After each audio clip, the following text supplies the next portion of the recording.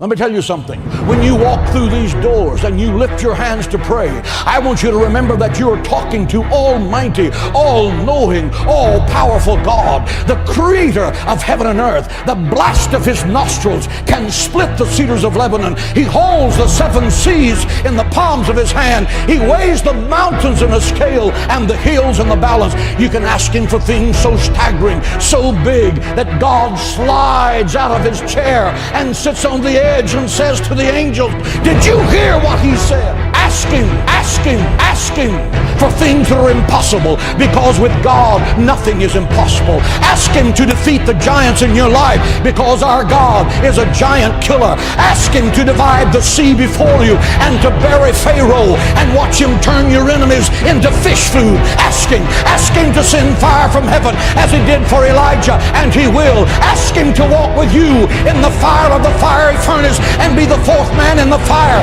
and he will. He said you will walk through the fire and the fire will not burn you. You will walk through the water and the water will not drown you. Ask him. He's the God who cannot fail. He's waiting to show you great and mighty things. Ask him.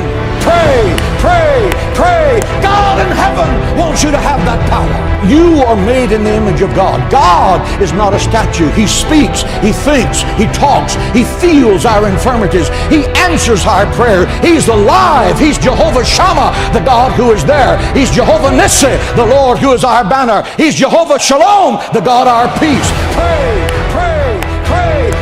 God is in heaven saying, what do you need? Do you need healing? Ask in faith, believing, and I will give it. Do you need supernatural wisdom to make a tough decision? Ask of me, and I will lead you in paths of righteousness for your name's sake. Do you need peace that surpasses understanding? Ask, ask, ask, for nothing is impossible to those that believe. No good thing will he withhold from those that diligently seek him. Do you need the impossible? Then open your mouth. Open your mouth in faith, believing. You're not talking to the President of the United States. You're not talking to Bill Gates. Both of them together can't control their next breath.